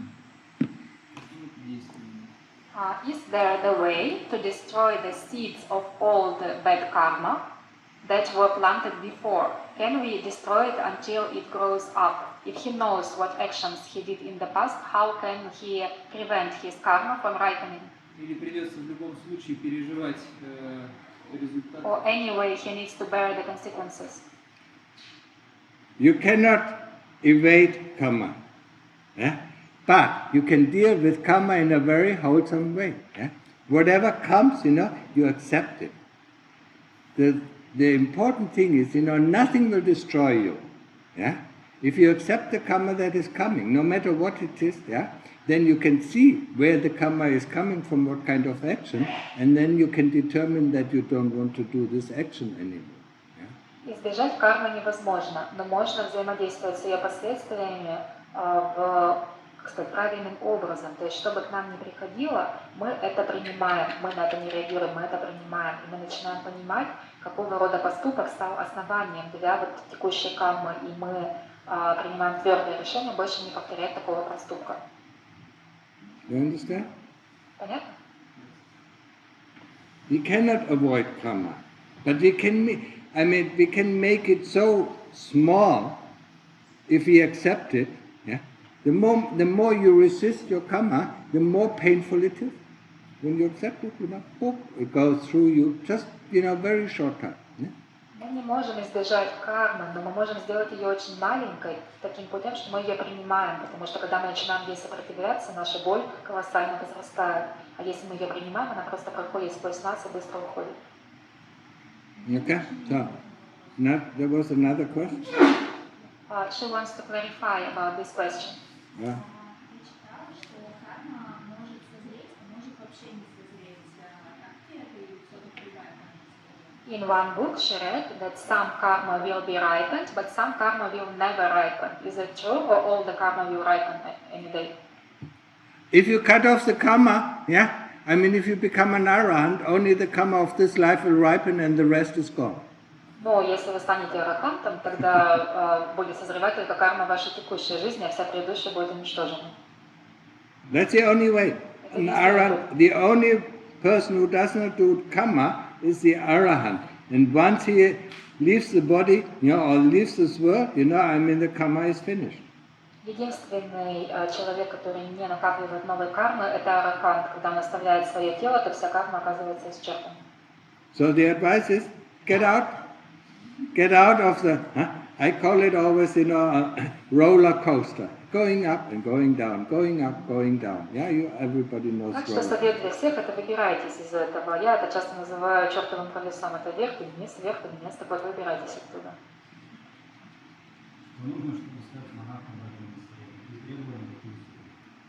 He is asking, what are the rules? How can a person become a monk in this monastery? I mean, in this monastery, he has to stay here for a while to see if it is, to his liking, and we examine him if it is, if we can live with him, and then he can become a monk. Чтобы остаться в монастыре, нужно сначала здесь пожить какое-то время, чтобы понять, нравится ли вам здесь, подходит ли вам. Мы будем вас экзаменовать, мы будем смотреть, можем ли мы жить с вами. Если все сойдется, то можно будет остаться здесь монахом. And for a woman it is not easier, she can stay here, and if she likes it, she can stay, shave her head and become a mechi. A mechi and a monk, I mean, it is not much different. Mechi can also stay here, in this monastery. Женщинам еще проще, они могут тоже пожить, если им понравится, они могут побрить себе голову и стать мачи, то есть теми, кто соблюдает 8 заповедей, тоже могут жить в этом монастыре. Mechi is called an 8-precept nun, but it's not the nun as in the Buddhist, Buddhist scriptures. Мачи сейчас называют монахиней со 7 предписаниями, но это не та монахиня, которыми были монахини во времена Будды. There are quite a few Thai mechis who have attained to arahantship, so it is not impossible. Но есть в Таиланде майчи, которые достигли состояния араханта, так что это не является невозможным. Okay, so. Достаточно ли практики обычного мирянина, чтобы что-то существенное изменить? Или глубоко надо стать лучше? Is it enough to practice a lot when you're a lay person, or it's better to become meichi to achieve some results on the path? You can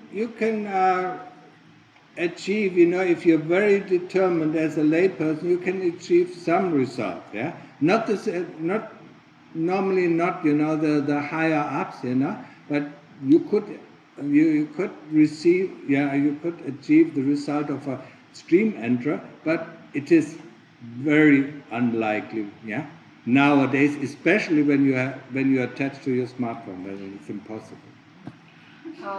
Если вы очень целеустремленный мирянин, то, оставаясь мирянином, вы можете достичь определенных результатов. Вы можете стать сатапанной, например, но это очень-очень маловероятно, особенно в наше время, когда все так привязаны к своим смартфонам. When you come here to the monastery, the first thing we take off is your smartphone, And when you go, we give it back to you. Когда вы приходите в монастырь, первое, что мы у вас отнимем, это ваш смартфон. Когда вы выйдете отсюда, мы вам вернем его назад. Yeah. Okay, next, there was some other. Yeah? I'm very inspired by Linka Mahabhuva. Yeah? I read many books of Yeah? him. So can you share any special memory of you with Linka Mahabhuva? Сударшин попросил рассказать какое-нибудь памятное событие, связанное с Аджаном Махабуа, его учителем.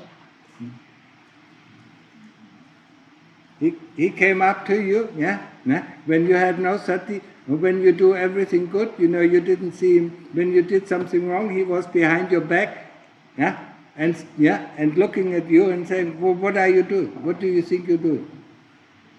Когда терялась осознанность, когда я совершала какие-то неправильные поступки, он всегда оказывался за нашей спиной и спрашивал, как вы думаете, что вы делаете?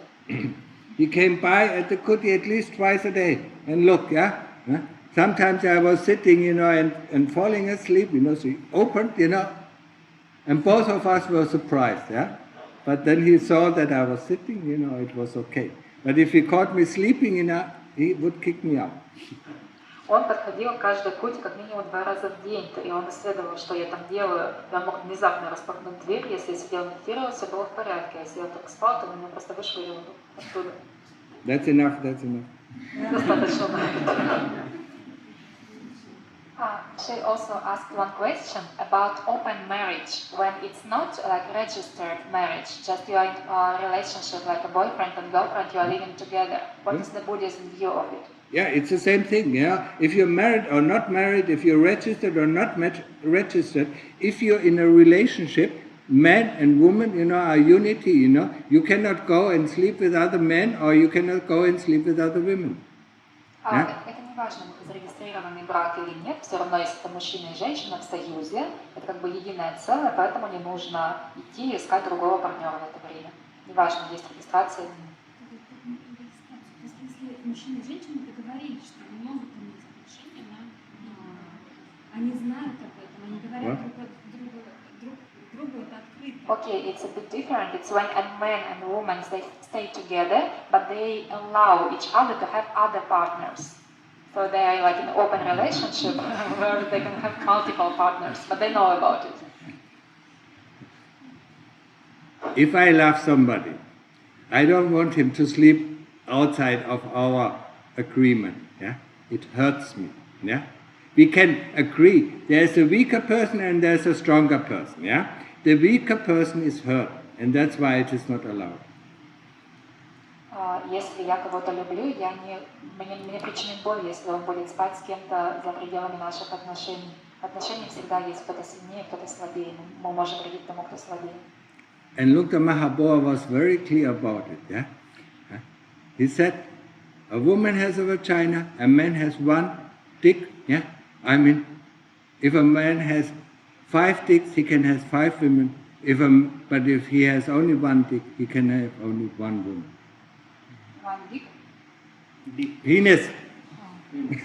Аджан Махапрабху очень четко про это говорил, что у мужчины всего один пенис, поэтому партнерша должна быть только одна.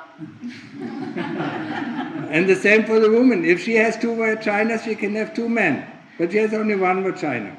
И тоже касается женщины. Если у нее 2 вагины, у нее может быть 2 It's партнера. enough. Если одна, то одного хватит. It's the same thing, Huh?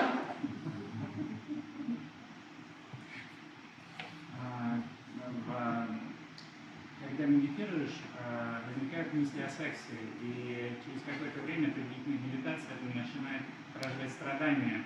А когда становишься монахом, тебе вообще нельзя заниматься сексом, усиливаются страдания, и через сколько они проходят, как долго нужно страдать, чтобы пройти этот этап. He says when he meditates, sometimes he has thoughts about sex and his dukkha intensifies. But when he's meditating, he has lots of thinking about sex, sexual thoughts. So he has lots of dukkha because of that. And he says when a person becomes a monk, then he needs to observe celibacy. So how long can a person suffer with this kind of thinking until it comes to the end, this kind of craving, sexual craving? I mean, if he has to investigate the body, I mean, your sexual thoughts come from fantasy, so you imagine something, so you have to turn this imagination into something that is disgusting, and then the sexual thought instantly disappears. Just, if you see a beautiful woman, just, unskin her, and you don't want to see it. Your sexual thought instantly disappears. Or open her up, slice her up, and look in the inside, the intestines, or look in the stomach, all this rotten food, Your sexual fantasy goes. That is our way how to deal with, sexuality. Мы вот так работаем с сексуальностью. Если у тебя возникают какие-то мысли, ты можешь это также исследовать, как мы до этого говорили. Это все проистекает из какой-то фантазии. И это красивая фантазия, допустим, какая-то красивая женщина, а ты поработай с ней, ты сними с нее кожу, раздели ее на части, посмотри на непереваренную еду у нее в желудке. Если ты сможешь так увидеть свою фантазию, вся сексуальность сразу же исчезнет. And you do that, and then you stop, you stop the it's called asupa, in Pali, looking at the loathsomeness of this body. Yeah? And the moment you stop it, the image becomes beautiful, the thought comes again, and then you look what came before. Yeah? I mean, there's boredom or there's something coming up before your sexual thought arises. Yeah? It doesn't come out of the blue. Это называется на пали асубха или ашубха наблюдение отвратительности тела. И когда появляется фантазия, можно с ней таким образом работать. И также можно посмотреть, откуда она возникла. То есть до этой фантазии что-то было, что потом породило ее. Надо найти сам источник.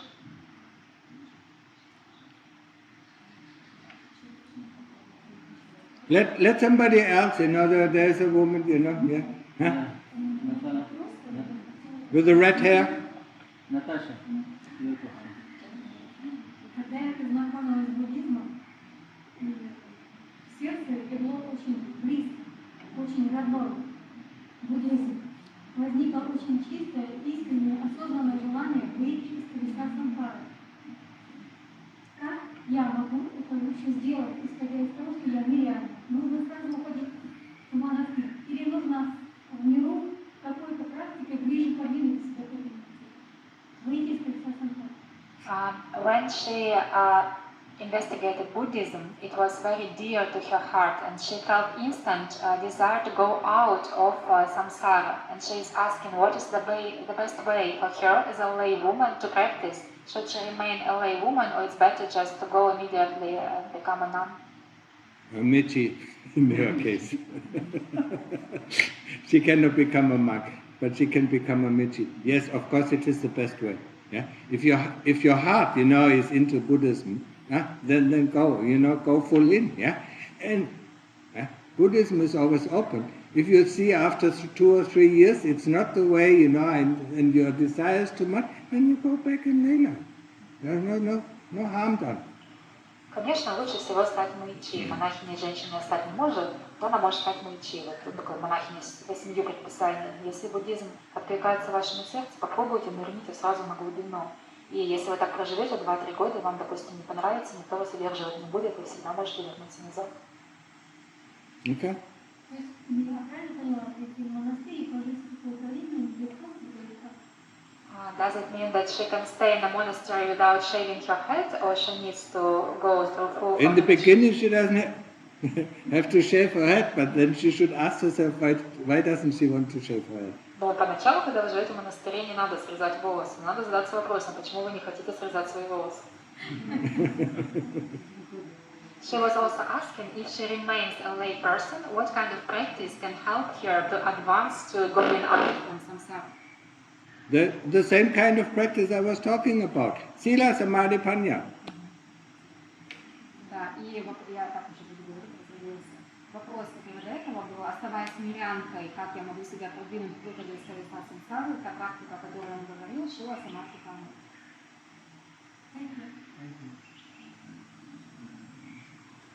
Some other people who have not asked, not always the same people. Yeah?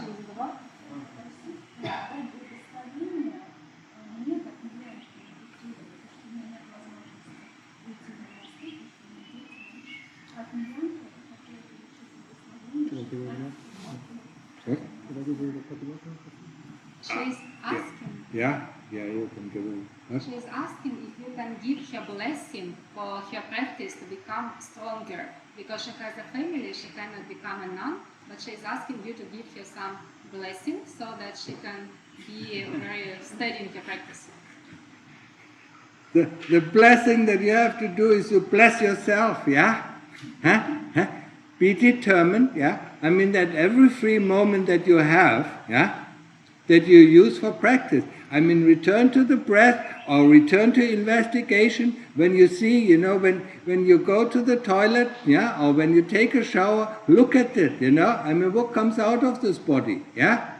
And investigate, and then look what comes into this body. This is the practice you can do, as a layperson, even if you're married, have children, yeah?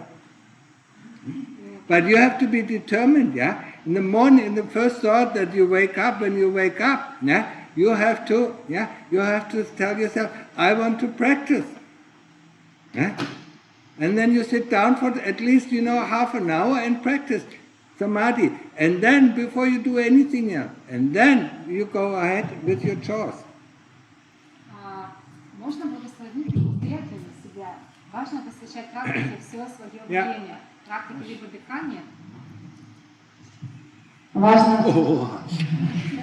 Важно посвящать практике все свое время, либо практике наблюдения дыхания, либо практике исследования. Допустим, вы делаете что-то, вы идете в душ, вы идете в туалет, вы исследуете, что появляется из вашего тела, постоянно смотрите на то, что происходит. Такими практиками, как и другими, которые были описаны прежде, можно вполне заниматься, оставаясь мирянкой, имея семью и так далее. Здесь вопрос вашей решимости, вашей твердой решимости посвящать все время практике. И утром, когда вы просыпаетесь, ваша первая мысль появляется, вам нужно подумать, я хочу практиковать, и хотя бы полчаса сразу же уделить практике.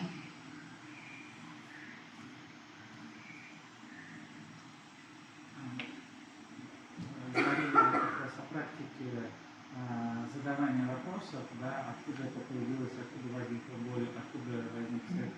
Вот эти вопросы, они должны появляться просто из среды вокруг себя, или же есть все-таки какие-то основные вопросы, которые мы нужно исследовать, так? Speaking about the practice of investigation that you described, that we are asking our questions like, where is this pain coming from? So there's some list of these questions, or they should just naturally arise, or I should know what kind of questions to ask. No, I mean, in the beginning you have a set of questions you ask, but I mean, the more you go into, the question arises by itself. Yeah. For instance, the question, you look at the body, the whole body, and then you want to see how is the body dying, what goes out first, what comes next, and what is destroyed at last. Yeah.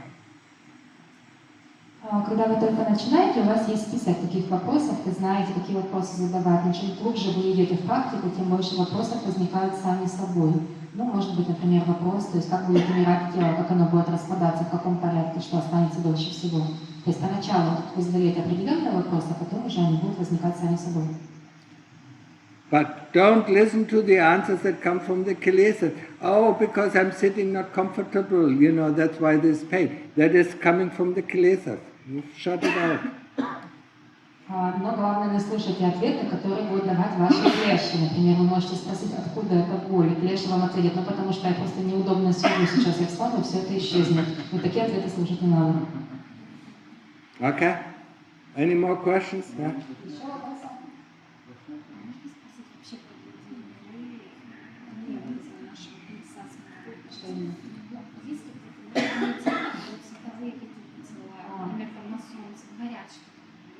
She is asking about 31 realms of existence. Yeah. Are there any worlds where we don't have bodies, but there are only shapes and colors, like in the sun or something? Not shape and colors. There's a realm, where you have consciousness. There's a realm where you have fine material bodies. Yeah. I mean, all the heavenly realms. But the highest heavenly realms, they have no body anymore. Yeah. I mean, they still have feeling. I mean, some of the khandhas, one of the khandhas is at least there. Yeah. I mean, one realm is, there's just consciousness. Other realms there is thought and memories. But there's no body. Yeah. But the lower realms have all the 5 khandhas. На разных уровнях бытия, вот если мы говорим о 31 уровне бытия, есть разное количество кханд. То есть в нижних мирах мы осознаем все 5 кханд. Если мы поднимаемся на самые высшие миры, там существует только сознание, только одна кхандха. И все остальные, включая своего тела, мы вообще не осознаем их, там как будто не существует. But there's no realm, with imagination colors, and so it's just pure imagination. Но нет никакой реальности, где бы были просто цвета и формы, просто воображения. Did the battery run out? Aye.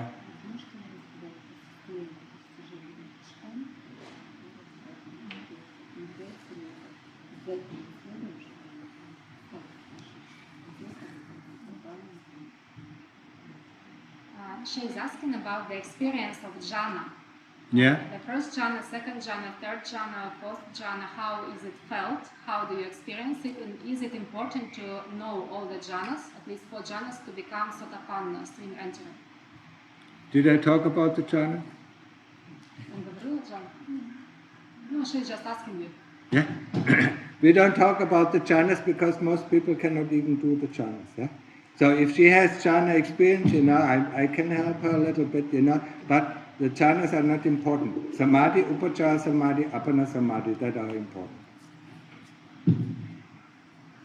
Он говорит, что у большинства людей нет опыта джан, поэтому нет смысла с ними об этом говорить. Если у вас есть опыт джан, то он может вам немного помочь. Но джаны сами по себе не так важны. Намного важнее упачара самадхи и апана самадхи. It's not important, yeah? I mean, if you have practiced it, yeah?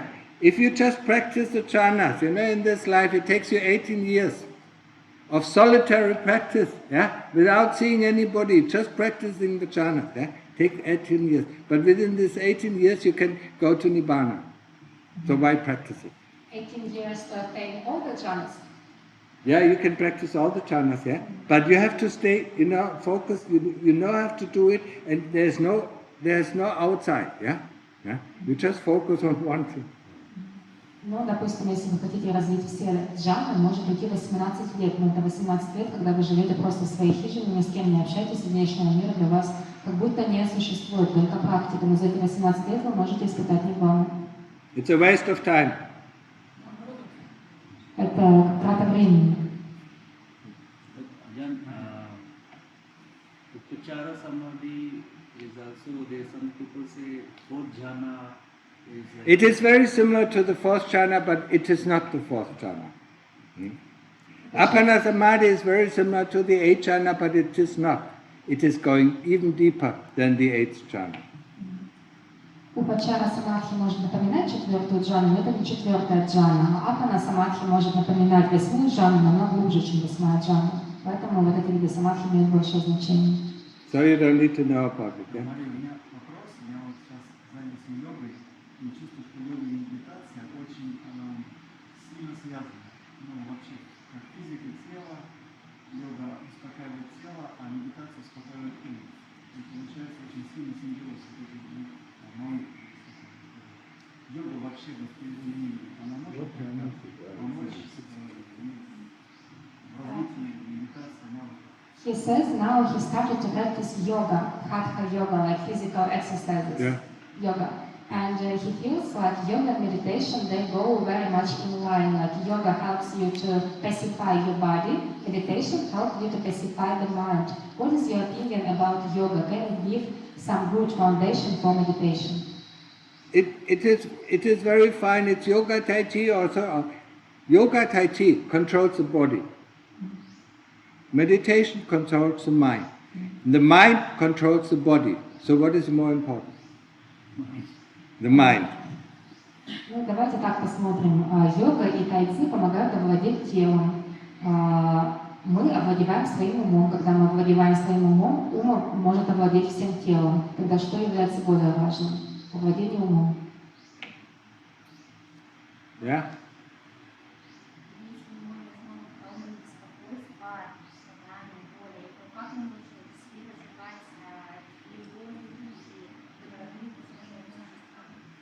If we are often full of anxieties and sufferings and pain, what is the best way for us to develop metta, the compassion to all the living beings? You go into samadhi and there's all the metta that you need. Можно войти в самадхи, там вся метта, которая нам нужна.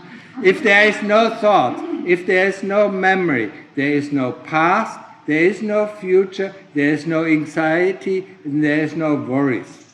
What do you want more? Там нет мыслей, нет памяти, нет прошлого, нет будущего, нет никакого вида беспокойства. Что же еще нам нужно? Мария, еще один вопрос короткий. Как мне именно чувствовать, каким, где я чувствую в сердце и как его посылать? He is asking what is the way to send metta, like this love to other beings. In which part of the body should we feel it to distribute it? We, especially from the West, we want to make something instead of be, yeah? Be the metta. And then the beings are coming and collect the metta or take part in the metta. Yeah? Whatever you send out is your imagination of metta. It's not metta.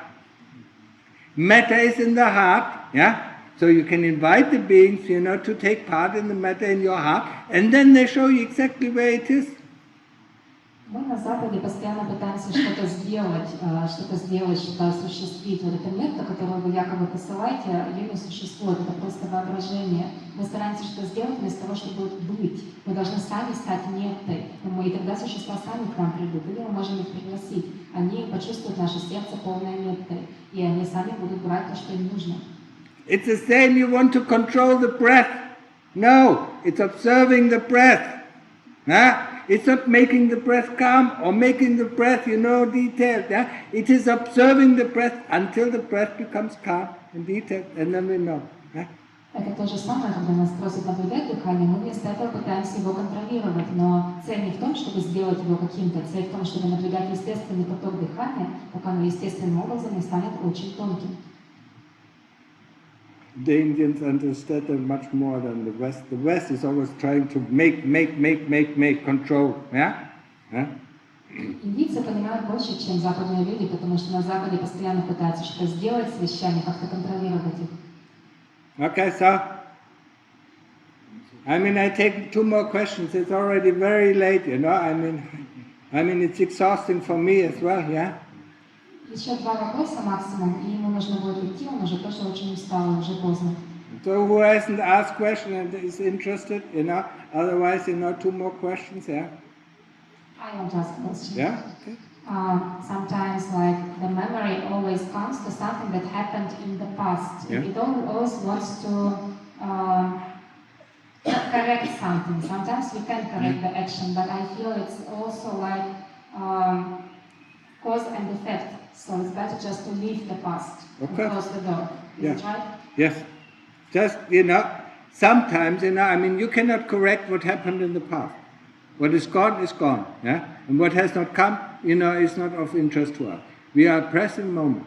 But sometimes we have done something very evil, or very bad in the past, yeah? To another person. Then in our mind we can ask this person for forgiveness, yeah? To relieve, and said, okay, I don't want to do these things again, no matter who this person is or what the thing is, yeah?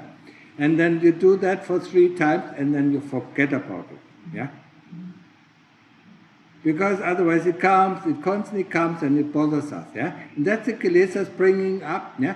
That's why we shouldn't do go against the 5 precepts, because the kilesas, see what you did, huh? Yeah? And then someone, see what, so terrible, yeah? And then you cannot concentrate. That's why it is really important, to practice the sila, yeah? Sometimes it also happens when we did something, it's really a very small fault, but your kilesa makes it so big that actually it's like very wrong view. Yeah, then say, forget it, yeah? Not past. Sometimes it's not we do something wrong, but somebody else do something wrong. Very small. Then we forgive him. We forgive for that moment, but when I sit long. Yeah. And then it is within you, and then you correct it within you, yeah? If you can't let it go, you have the urge of revenge. Huh? Yeah. And then, you have to find out, what is it, Huh? And then you think about karma, yeah? You think about the results of karma. Whatever happens to you, is because of your karma. Then look what kind of actions lead to this karma, how this person hurt you. Yeah? And then forgive him, and let it go. 3 times, investigate it, and after that, just cut it off, yeah? Cut the head off. Yeah? Yeah? Sometimes, sometimes I myself had to say, not interested, not interested, not interested, not interested, not interested. Yeah? Yeah? And then, it doesn't come. And then only the things that are important come, yeah? And then you investigate it, and then you let it go. Я спросила, что бывает, ум возвращается к какому-то событию, которое случилось в прошлом, когда мы совершаем какой-то неправильный поступок, и мы не можем это отпустить. И Аджан Мартин сказал, что можно просто... и хочется исправить что-то в прошлом, но ощущение, что это тоже вовлечение в цель причины и следствия, не нужно этого делать, не нужно пытаться ничего исправлять, и просто закрыть дверь. Он говорит, так и нужно делать. А если вы чувствуете какую-то вину или что-то перед человеком, допустим, то нужно у себя в уме мысленно попросить прощения 3 раза. И потом можно исследовать 3 раза то, что происходит, и потом просто закрыть эту дверь. И это будет снова приходить, вы просто говорите, я не заинтересован, я не заинтересован, не заинтересован. И потом эти мысли больше возникать уже не будут. Okay, last. She has never asked the question, so the one with the... Скажите, пожалуйста, можно ли практикуя випассану достичь просветления? She is asking, what do you think? Is it possible, practicing Goenka Vipassana, to become arahant? In Goenka Vipassana? No. Нет. В Випассане Гоэнки нет. Because they don't do investigation. Потому что они не проводят практику исследования. They look at arising and ceasing, and when you understood what I said before, you can look until the rest of your life and nothing changes. Они рассматривают возникновение и исчезновение. Если вы поняли то, о чем я говорил до этого, то можно рассматривать это хоть до конца своей жизни, ничего не изменится. There is one behind. Last one. We do investigation, but in the wrong courses. What? We do investigate. We do investigate. Yeah, but how do you investigate? You don't ask questions. If you don't ask questions, you don't get answers. We do ask questions. Like what? Like an example. Yeah? Where it originates from. If you have enough samadhi, you Yeah. can go deeper. Yeah. You can start seeing the arising of things. Yeah? In which locations they arise, how they are passing away. Yeah, but what came before the arising? That is the question you should ask. You should ask for the stone that, causes the avalanche. That is what is called investigation. Of course you can see, yeah, you can see it deeper and deeper, but you never get, if you don't ask the right questions, you don't get the right answers. Yeah? And I've never seen anybody coming from a Goenka retreat who can really actually do the investigation of the body, yeah? To tear oneself off, the body, yeah? To see the body in front of you, yeah? See all the parts, 32 parts of the body, yeah? See it, yeah? And where's the eye? When I see this, somebody knows there's parts of the body. Where's the eye? Nowhere. You take one part and there's the eye. Yeah? Ну, когда спрашивала, что на длинных курсах мы тоже задаем вопросы, там уже более глубокие методы исследования проводятся, но Аджан Мартин сказал, что очень важно, как проводить это исследование, нужно найти тот камешек, который запускает в конечном итоге всю лавину, то, о чем мы говорили. Он сказал, что еще не видел практику випассаны по Гоэнке, которая может на самом деле проводить исследование тела, то есть когда мы разделяем, расчленяем себя на части, выкладываем перед собой все части, пытаемся найти в них я и не находим. Такую практику обычно не практикуют. I don't say that Goenka is wrong, yeah? But it is a pre-stage of the real thing. Я не говорю, что Гоенка это ошибка, но я говорю, что это предвестие, это предварительная ступень к более серьезной практике. I really like people who have done Goenka retreats because you don't have to teach them a lot, yeah? But you have to teach them how to investigate properly. Мне нравится, когда люди приходят после ретритов по Гоенке, потому что их не нужно многому учить. Они многое знают, но при этом их нужно учить, как правильно проводить исследования. She is asking, we are practicing according to Satipatthana Sutta, but Satipatthana Sutta is also about investigation. What? Satipatthana Sutta. Yeah? Vedananupassana, Chittanupassana. Yeah. It's also about investigation, like the state of mind, state of body.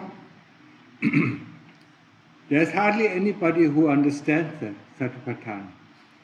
Очень мало. What is the mind within the mind? Have you ever seen it? Вы видели когда-нибудь, что такое ум? Допустим, там есть наблюдение ума. Но что такое наблюдение ума? Что такое ум? Huh? What is the body within the body? Что означает наблюдение тела в теле? Что это за практика? What is the feeling within the feeling? Что это означает наблюдение ощущений тела в ощущении тела? You understand? I have hardly seen anybody who understands it, yeah? Я особо не видел людей, которые бы действительно это понимали. And the Lord Buddha talks about investigation of the body. Но Будда при этом очень хорошо описывает, как нужно проводить исследование тела. Anapanasati. Having sati on the in-breath and out-breath. That is called. Satipatthana, is the four foundations of mindfulness. Yeah? Being mindful of this, being aware of this, being aware of that. But it's not investigation. Само слово сати – это осознанность, анапана сати, осознанность дыхания. Сати паттана означает 4 основы осознанности, 4 основы памятования. То есть осознавать то, не осознавать это, но это не исследование само по себе. It's the same thing, with the Paticca Samuppada. People don't understand the Paticca Samuppada. То же самое касается 12 звеньев взаимозависимого возникновения, Патичча Самуппада. Люди не понимают на самом деле, что это такое. And it is not important. Это не важно. Get about it. Sati, Panya, that is important. Что важно, это сати и панья. Panya is investigation, asking the right questions, getting the right answers. Панья – это исследование, это искусство задавать правильные вопросы и получать на них правильные ответы. And we don't start with the mind, we ask the questions about the body and pain. Yeah? И мы начинаем не с ума, мы начинаем задавать вопросы о теле и о боли. Because we want to enter the stream. That's the biggest hindrance. We want to enter the stream. Huh? Sotapanna. Yeah. Мы практикуем на пути к тому, чтобы стать сотапанной. So that's why we investigate the body. Yeah? And then after entering the stream, we investigate the body. Until we go to the third stage of enlightenment, anagami. Yeah? Then we don't have to investigate the body anymore. And then we investigate the mind. Yes, and then we go to the 4 stages of the 4 mind khandhas. Yeah? The mind feeling, yeah? With the body comes, of course, bodily feeling. Yeah? Yeah? Thought, yeah? Greed and hatred arises in the body, yeah? The Sotapanna still has greed and hate. Yeah? So he has to investigate the body and body and body until the greed and hate is cut off. Yeah? Yeah? The Anagami has then to investigate delusion. Yeah? The deluded mind, yeah? You think you're not deluded. Of course, every one of us deluded. Every thought, every memory, concocts up, and we believe it. Yeah? We believe your thoughts, then. Когда человек становится сотапанной, он продолжает проводить исследование тела, он продолжает, пока не становится анаками, это уже 3-я стадия. На той стадии уже можно проводить исследование тела, потому что будут выкорчеваны алчность и ненависть с помощью практики исследования тела. У сотапанны еще может быть алчность и ненависть. У анагами остается заблуждение, иллюзия. Он начинает ее исследовать, он исследует 4 вида ментальных кханд, да, то есть виньяна, сандья, ведана, санкара. You have not the slightest idea what are you fighting. Yeah? When you think about it, of course now Russia is a little bit involved with Ukraine or things like that. Yeah? Think about Avijja, the mastermind. Yeah? He has 3 armies. The army of greed, hatred and delusion. Yeah? Within the armies are the soldiers. Yeah? The soldiers are the kilesas. Yeah? So what we see when we start practicing is greed and hate. And behind the illusion pushes greed and hate always in front of us, so we see only greed and hate. Once we cut off greed and hate, we see delusion. Once we cut off the army of cut off the army of delusion, then we see the mastermind. Huh? Это подобно войне. Вот сейчас Россия вовлечена в войну с Украиной, но мы на самом деле не понимаем, что такое настоящая война. А это получается, что вот есть некто, это вот наша иллюзия, наше заблуждение, наше неведение, которое запускает армии. У него есть 2 армии. Это алчность, это влечение, по сути, и это ненависть, это отвращение. Они постоянно нас атакуют. И пока мы видим их, мы не видим того, что стоит за ними. Вот этой иллюзии, которая всегда запускает действие. Но когда эти армии будут уничтожены, а солдаты в них это наши клеши, тогда мы увидим того, кто стоит за ними. Это наше заблуждение, наше неведение. So, the army of greed and hate are rooted in the body. The army of delusion is rooted in thoughts and memories. И армия алчности и ненависти, они коренятся в теле, а армия, которая касается заблуждения, это все наша память и наш ум, наши мысли. Enough. Хватит. It's 2 or 3 hours already. Thank you so much.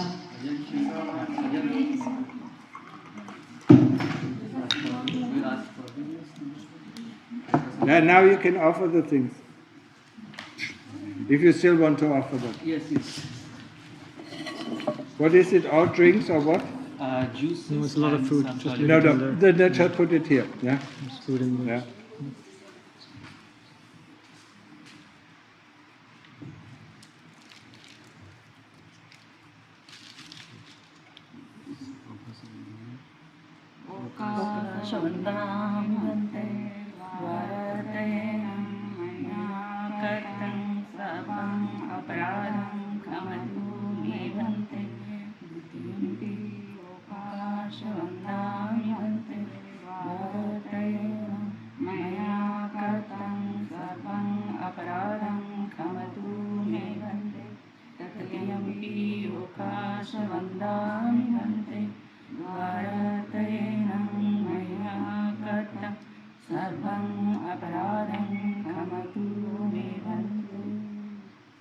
I forgive you. Do you forgive me?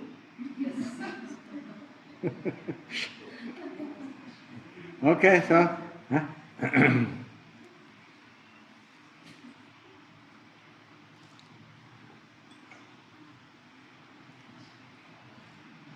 So receive Anumodana. Yatha varivaha pura pariparanti sakarang eva meva itotinang petanang upakapati ichitang patitang tumhang kipameva samichato sabe parantu sankapa chando panaraso yatha manichodiraso yatha sabitiyo vivachantu saparoko vina satumate pavatvantarayo sukhite kayuko Bhava apivadana sile sanitang buddha pacayino Chattaro Dhamma Vatanti Ayu Vano Sukhang Phalang.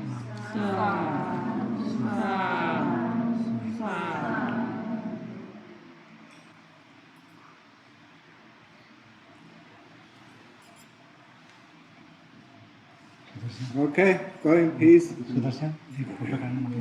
Ajahn, can we have a group picture? Yeah, first let it pay respect.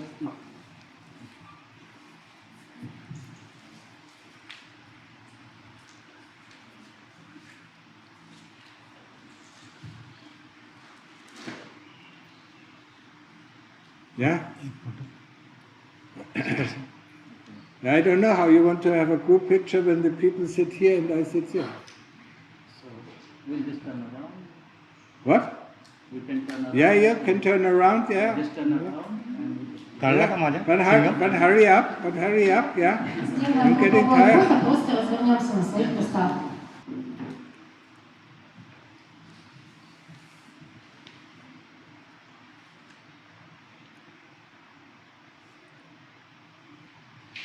Okay. I'm tired.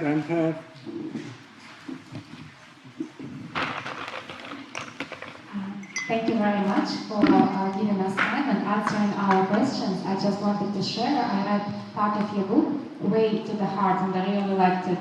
We are going to translate something for people. Okay. Thank you so much.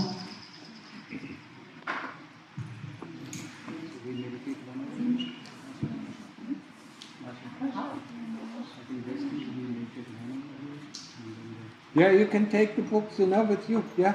I mean, the ones who can read English, I mean, the English books. Huh? People who understand German can have some German books. Huh? Some of the Russians speak German. Ich spreche Deutsch ein bisschen. Ah, du sprichst Deutsch. Putin spricht Deutsch. Ha? Putin, Wladimir Putin spricht auch Deutsch. Ja. Sehr gut sogar.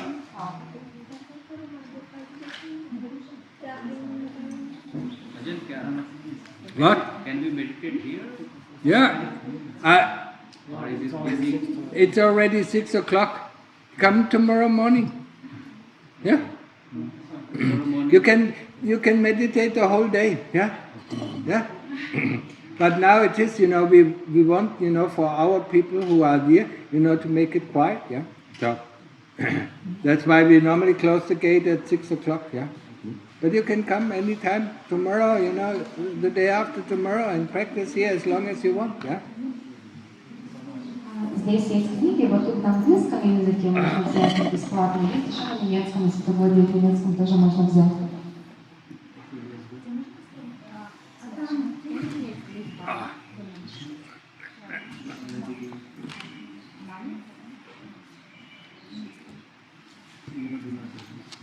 And your driver wants to go home.